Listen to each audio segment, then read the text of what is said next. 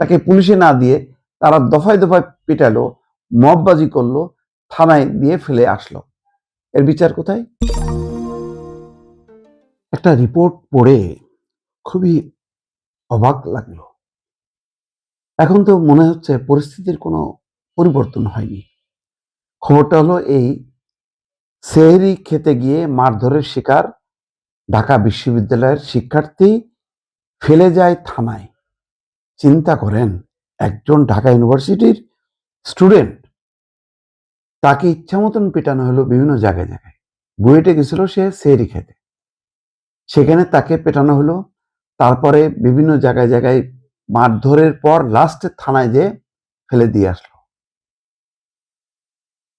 অবাক কাণ্ড। এবং কোনো অ্যাকশন নাই, পুলিশের কোনো অ্যাকশন নেই। বরং যে মার খেলো, যাকে মারধর করলো, সেই অপরাধী হয়ে গেল।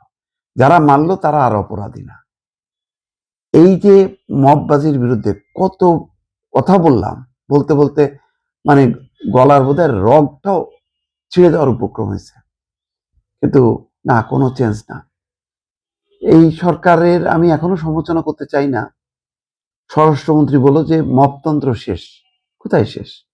ঢাকা বিশ্ববিদ্যালয় তো রীতিমতো দাপট দেখাচ্ছে। ইমি নামে একটা নারী শিক্ষার্থী ৭ই মার্চের ভাষণ দেওয়ার জন্য তাকে সহ ৩ জনকে যেভাবে মারধর করা হলো প্রকাশ্যে, এবং থানায় নেওয়া হলো, তাদেরকে রাষ্ট্রদ্রোহ মামলা দিয়ে কারাগারে পাঠাই দেওয়া হলো। এই যে শিক্ষার্থী, এখন আগে যেমন জামাত শিবির হলেই যে কাউকে পিটানোর একটা বৈধতা, এখন হলো ছাত্রলীগ বললেই পিটানোর বৈধতা। এখন এই জাতীয় ছাত্র শক্তির নেতা কর্মী তারা, তাদের বিরুদ্ধে এই জাতীয় শক্তি কারা?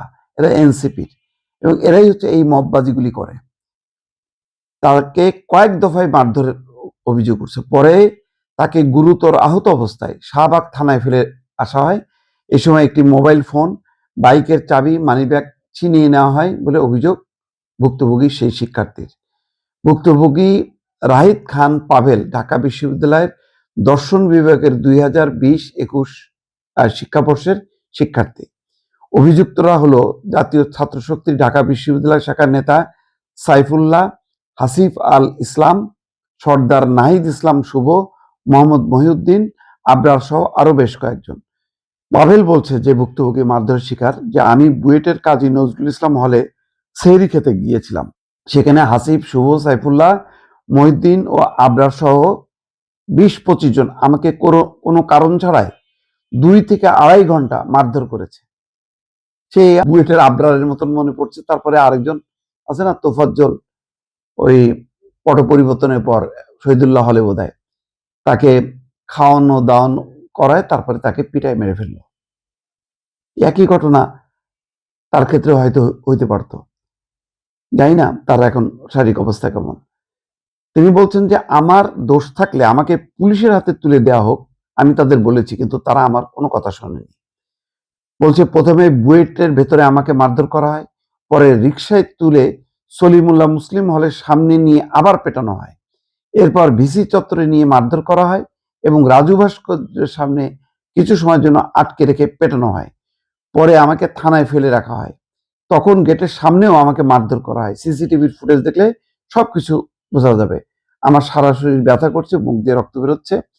তার বলা হচ্ছে যে সে নাকি জিয়া হলে থাকে।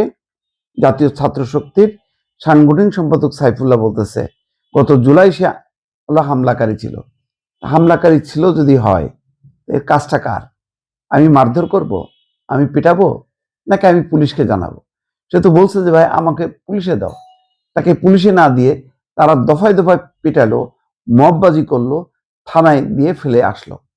এর বিচার কোথায়? প্রতিকার কোথায়? কোথায় মববাজি শেষ হয়ে গেল? শেষ তো হলো না, বরং এই যে আবার নতুন করে এটা পৃষ্ঠপোষকতা হচ্ছে। জানি না মানে সেই একই পরিণতি কিনা, একই ধারাবাহিকতা কিনা।